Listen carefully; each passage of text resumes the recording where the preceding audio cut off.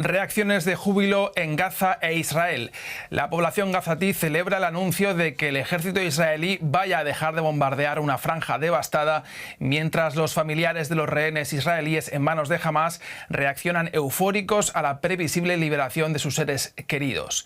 El gobierno israelí y el movimiento islamista palestino Hamás, considerado terrorista por la Unión Europea y Estados Unidos, han alcanzado un acuerdo de alto el fuego para Gaza. Es el primer paso del plan Trump para poner fin a la guerra en Oriente Medio. El presidente de Estados Unidos anunció el acuerdo en su red social Truth Social, acuerdo que fue posteriormente ratificado por Qatar, otro de los mediadores en las conversaciones de paz que tienen lugar en Egipto. El acuerdo prevé la liberación de los 48 rehenes israelíes, de los cuales 20 siguen con vida, según el ejército israelí, a cambio de la excarcelación de cerca de 2.000 presos palestinos en prisiones israelíes, más de 200 de ellos condenados a cadena perpetua. El plan también prevé la entrada de ayuda humanitaria a Gaza y una retirada de las tropas israelíes hasta la llamada línea amarilla. El ejército de Israel seguiría ocupando parte de la franja, pero se retiraría hacia el perímetro interior del enclave para facilitar, entre otras cosas, la liberación de los rehenes. Tras 2 años de guerra, muerte y destrucción, este anuncio abre esperanzas para la población palestina y la israelí. Escuchemos algunas de las voces que nos llegan desde Gaza y desde Israel. Bueno, una alegría que quedará grabada en la historia. Estamos cansados, hemos sido desplazados y hemos esperado este día, el día del alivio de Dios. Fuimos desplazados más de una vez de un sitio a otro, combates y muertes y bombardeos. Es el día del alivio enviado por Dios. Van a volver. Matan va a volver. Me falta el aire. Me falta el aire. No puedo explicar lo que estoy sintiendo. Es una locura. ¿Qué le voy a decir? ¿Qué voy a hacer? Abrazarlo y besarlo. Solo decirle que lo amo y ya. Y ver sus ojos mirando profundamente los míos. Verlo abrazar a sus hermanas, Shani y Natalie, y verlo abrazar a Ilana, el amor de su vida. Es sobrecogedor. Mi nombre es Andreu Jerez Ríos y esto es DW Actualidad en Análisis, un programa dedicado a asuntos de política internacional. Queremos analizar el anuncio de este acuerdo entre Israel y Hamás con la periodista Maya Siminovich, que está sobre el terreno en Tel Aviv, y con Luciano Sácara, analista especializado en Oriente Medio y en el Golfo, quien está en Doha, Qatar. Buenas tardes para ustedes. Maya, comenzamos contigo. ¿Nos puedes contar cuáles son las primeras reacciones políticas y sociales sobre el terreno a este anuncio? Hola a ambos. Las reacciones son súper positivas en términos generales. La Plaza de los Secuestrados, que es este lugar que no se llamaba así antes y desde hace 2 años se convirtió en la Plaza de los Secuestrados, se llenó de gente desde la madrugada. Continúa, llovió un montón esta mañana, la gente seguía ahí celebrando. En estos momentos están ahí los líderes de la oposición saludando a las personas, intentando acercarse a los familiares de los rehenes en caso de que estuvieran también en la plaza, que no están ahí ahora, pero hay allegados, hay familiares de tercer grado y también amigos. Esto es Yair Lapid y también Benny Gantz. Estos son los líderes de la oposición que están saludando a los congregados allí.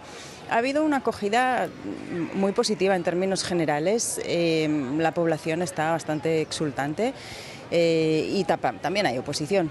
Por supuesto, el lado más ultraderechista del gobierno no muestra síntomas de felicidad, pero la respuesta por ahora es más o menos tibia.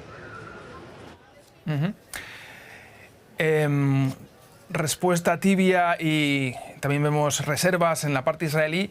Luciano, ya vimos en el pasado iniciativas similares a esta que fracasaron con una ruptura unilateral de compromisos o bien por presiones internas dentro de cada una de las partes. ¿Hay condiciones en esta ocasión para que este plan sea diferente y salga adelante?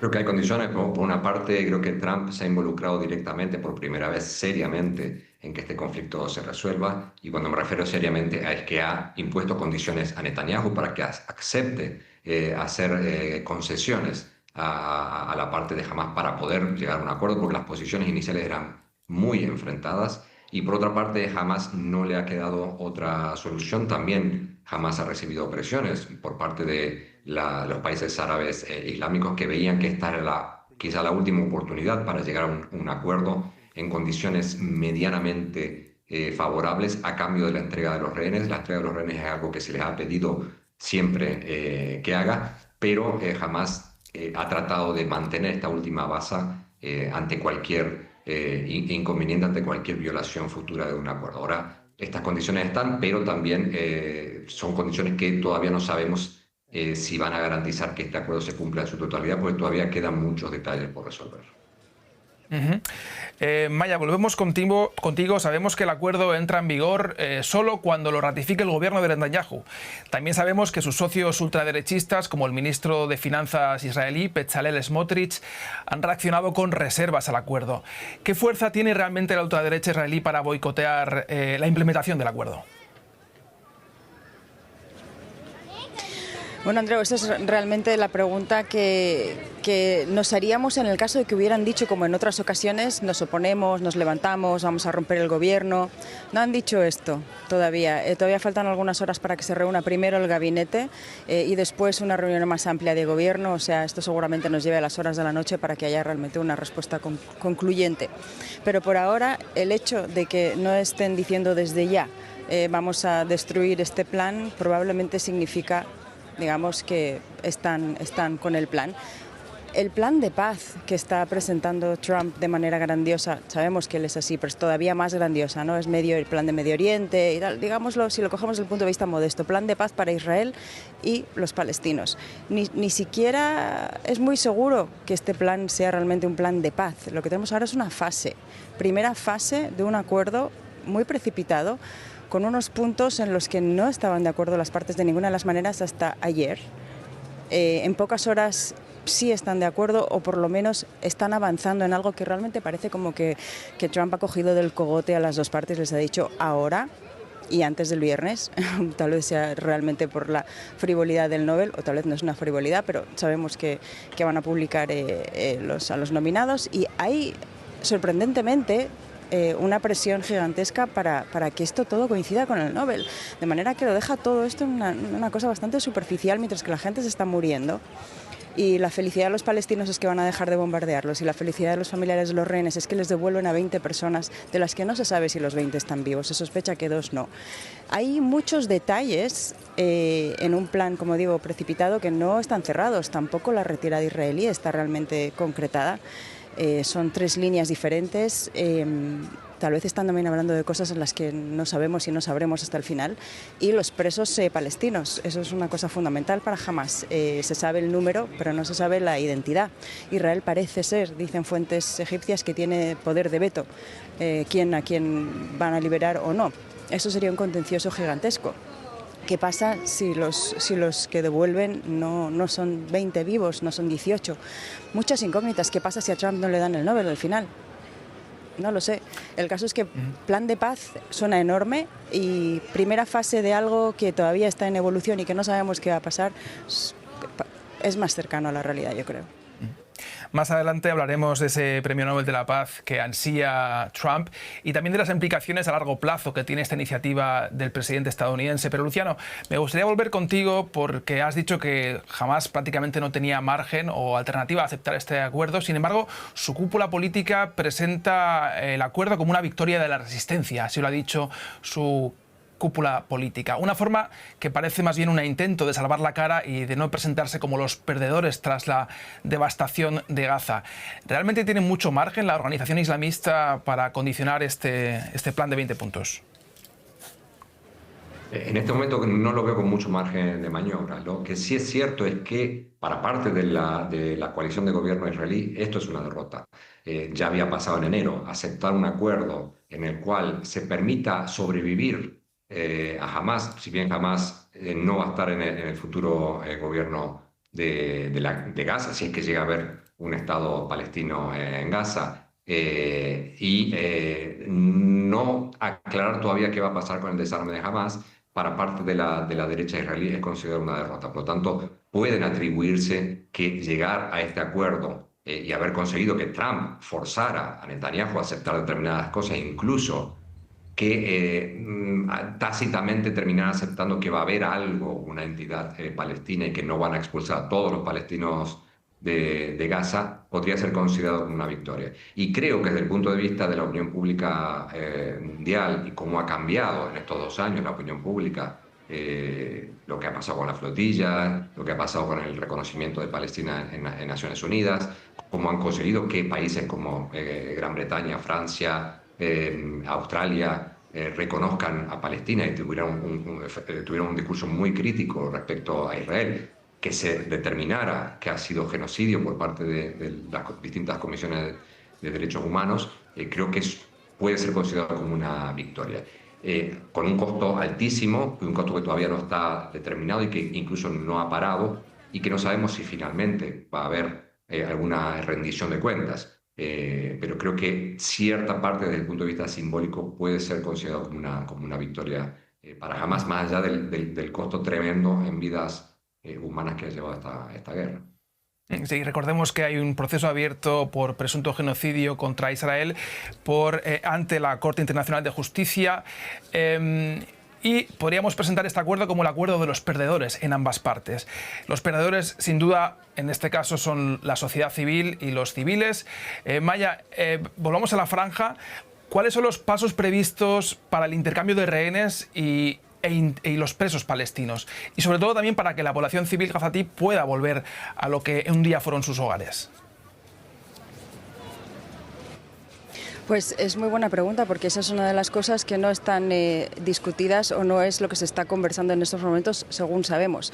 Hay muchos problemas y por eso hablaba antes de la precipitación. No se habla de soberanía, no se habla exactamente de cuánto y cómo la ayuda humanitaria y el regreso de los palestinos. Se ha sabido que en las últimas horas ha habido gente que ha tratado de volver a Ciudad de Gaza, por ejemplo, y ha sido tiroteada. Ha habido también palestinos que están moviéndose en diferentes arterias y jamás les ha advertido que no lo hagan hasta que no haya realmente un alto el fuego definitivo.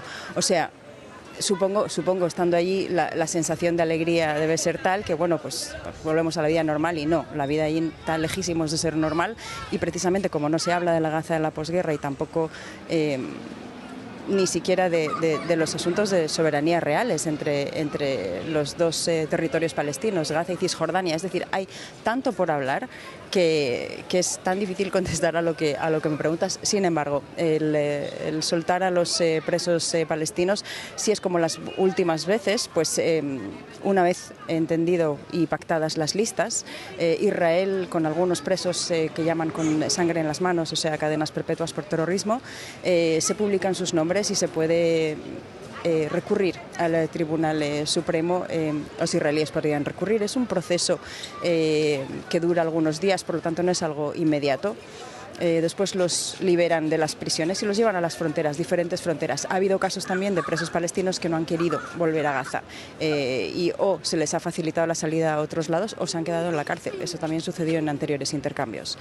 Los rehenes israelíes no sabemos cómo lo va a gestionar Hamás en esta ocasión, pero la idea es entregarlos sin los actos aquellos que hacían bastante tremendos y humillantes, en los que les daban certificados de liberación y les hacían decir cosas, y venía la Cruz Roja y firmaba también y daban una legitimidad a todo aquel circo.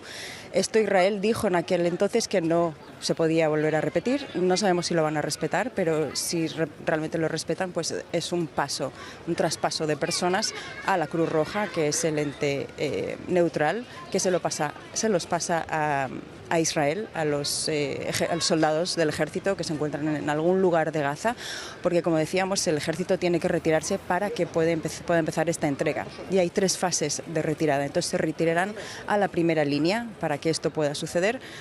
Con esto quiero decir que no sé dónde entregarán a los rehenes, si muy dentro de Gaza o ya en la frontera, probablemente sea muy dentro de Gaza, y los llevan a la frontera y de ahí directamente van a los hospitales a ser reconocidos, tratados y encontrarse con sus familias. Muchas prisas y también algo de inconcreción a horas de que se entregue el Premio Nobel de la Paz ansiado por Trump. El presidente de Estados Unidos se presenta como el gran hacedor de este acuerdo. Luciano, ¿realmente responde su capacidad de presión de Trump? Me refiero al hecho de que Netanyahu y Hamás hayan accedido a firmar esta primera fase del acuerdo. Yo creo que sí, no le voy a dar el crédito para que obtenga el Premio Nobel de la Paz, no se lo daría, pero sí le tengo que reconocer que después de muchas dudas y después de dejar que Netanyahu marcara el tiempo de las negociaciones o de lo que estaba pasando en este conflicto, cuando Trump y Biden le dijeron que no atacara a Irán, decidió atacar Irán e involucró a Estados Unidos directamente en una guerra. Cada vez que se le ha dicho que no hiciera algo, decía que no lo terminaba haciendo. Se rompió la tregua en febrero. Llegó a cansar a Trump hasta el punto de, cuando bombardeó a Qatar, obligó Trump a Netanyahu a llamar por teléfono al emir de Qatar para pedirle disculpas y decirle que no va a volver a atacarlo. Creo que Trump se ha decidido a involucrarse y a poner sobre la mesa todas las cartas y decir, bueno, como dijo Maya también, este es el momento, no hay otra oportunidad, y el que tiene que hacer mayores concesiones, porque en realidad está en posición de fuerza, es Netanyahu. Por lo tanto, ya no puede hacer todo lo que quiera. Lo decía hoy también en una entrevista en Fox, Israel no puede estar aislado del mundo, no puede combatir contra todos, entonces esto tiene que hacerlo. Y creo que el hecho de que Trump haya cambiado un poco y haya apretado más el acelerador, ha hecho que Netanyahu tuviera que tomar una decisión que hasta ahora venía tratando de evitar por interés propio y también por la presión que tiene por parte de su gobierno, que no lo dejaba que firmara la paz. Como bien lo hemos dicho antes, hay parte de la ultraderecha que considera este acuerdo inaceptable y que le siguen exigiendo a Netanyahu que termine el trabajo. Que Netanyahu él mismo ha dicho en la Asamblea General de Naciones Unidas que iba a terminar de una manera o de otra. Interesante esta reflexión. No se vayan, enseguida volvemos con ustedes, porque el telón de fondo del plan de Trump para Oriente Medio es su obsesión con conseguir el Premio Nobel de la Paz, como ya lo consiguió en su momento Barack Obama. Escuchemos cómo se refería ayer Trump al respecto tras conocerse el acuerdo entre Israel y Hamás. Mucha gente dice que no importa lo que haga porque tengo una determinada ideología y por eso, haga lo que haga, no me lo darán. No estoy haciendo política para conseguirlo, aunque sé que hay mucha gente que sí lo hace. Yo leo lo mismo que usted, pero sería sin duda un gran honor. Un gran honor, así define Donald Trump el posible recibimiento de ese Nobel de la Paz que tanto ansía. Volvemos ahora con la periodista Maya Siminovich en Tel Aviv y con el analista Luciano Zácara, que está en Doha, Qatar. Luciano, ¿realmente crees que es el Premio Nobel de la Paz lo que realmente mueve personalmente a Trump a involucrarse con tanto ahínco en la solución del conflicto en Oriente Medio? Bueno, es difícil determinarlo, pero lo cierto es que no recuerdo, a lo mejor Maya se acuerda de la época de Obama, no recuerdo que Obama estuviera hablando de obtener el Premio Nobel de la Paz y no recuerdo a ningún otro Premio Nobel de la Paz diciendo o considerándose ellos mismos como candidatos. Salvando las diferencias, me hace acordar a Ronaldo cuando dice que él es el mejor jugador del mundo. Eso es falsa modestia, dice, bueno, no me lo van a dar, pero lo quiero, porque estoy hablando todo el día de ello. Por lo tanto, es muy difícil pensar que no lo está haciendo y sobre todo los tiempos, lo que decía Maya, que lo haga hoy, que tenga que firmar hoy, porque mañana se sabe quién es el premio Nobel. Es difícil pensar que no esté pensando en esto cuando quiere que se resuelva hoy. Y no se apuró antes porque pensaba que a lo mejor se iba a resolver mucho antes de que se declarara el ganador, y ahora que ve que se le acercan los tiempos, al que se le está agotando tiempo es a él, no Hamás o a Israel. Hamás y Israel han estado 2 años sin llegar a un acuerdo, sin embargo el que se está quedando sin tiempo para que a él le reconozcan el crédito de esta paz es Trump. Así que sí, creo que lo leeremos en algunas memorias o cuando se desclasifiquen algunos documentos de la Casa Blanca, pero ya pasará mucho tiempo para eso. Sí, lo cierto es que la mente de Trump es insondable, inexorable, nunca sabemos qué puede ocurrir, qué puede pasar por su cabeza, pero sí que sabemos que hay una cierta afinidad, o una bastante afinidad política entre el primer ministro israelí Netanyahu y el presidente Trump.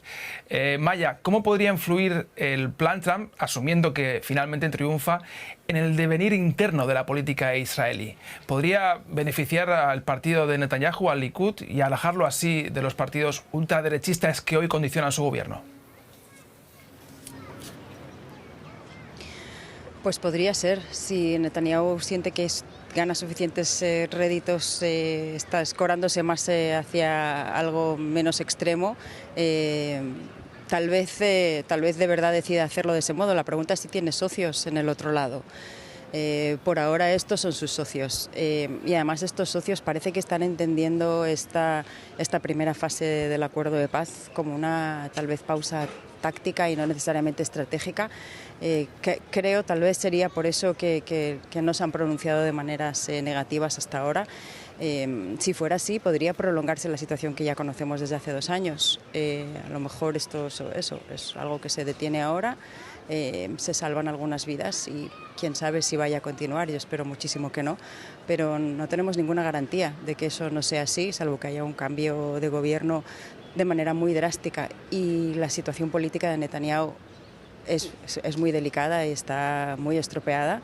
En general, la clase política israelí ha demostrado una ineficacia importante y no parece que haya un claro salvador de la causa, un partido, un gobierno, una persona, no existe. También porque la sociedad israelí está súper dividida y es posible que se repitan las mismas tendencias de voto de los últimos años, que recordemos que antes de este gobierno de coalición de Netanyahu hubo en un año 5 elecciones y no se conseguía formar gobierno. No sé si una guerra, esta guerra, puede hacer que la situación cambie de manera increíble. Lo que sí se sabe es que los 12 días de guerra con Irán, Netanyahu ganó mucho en intención de voto. Veamos si la paz es algo que también le da réditos. Incógnita. La inestabilidad de la política interna como otra de las derivadas del conflicto en Oriente Medio. Luciano, el último punto del plan Trump cita vagamente una estatalidad palestina. Habla de la creación de las bases de un Estado palestino, pero sin concretar. Y el Estado palestino es sin duda uno de los, o el nudo gordiano para conseguir una paz estable y duradera en la región. ¿Crees que ese es el talón de Aquiles de esta iniciativa de Trump?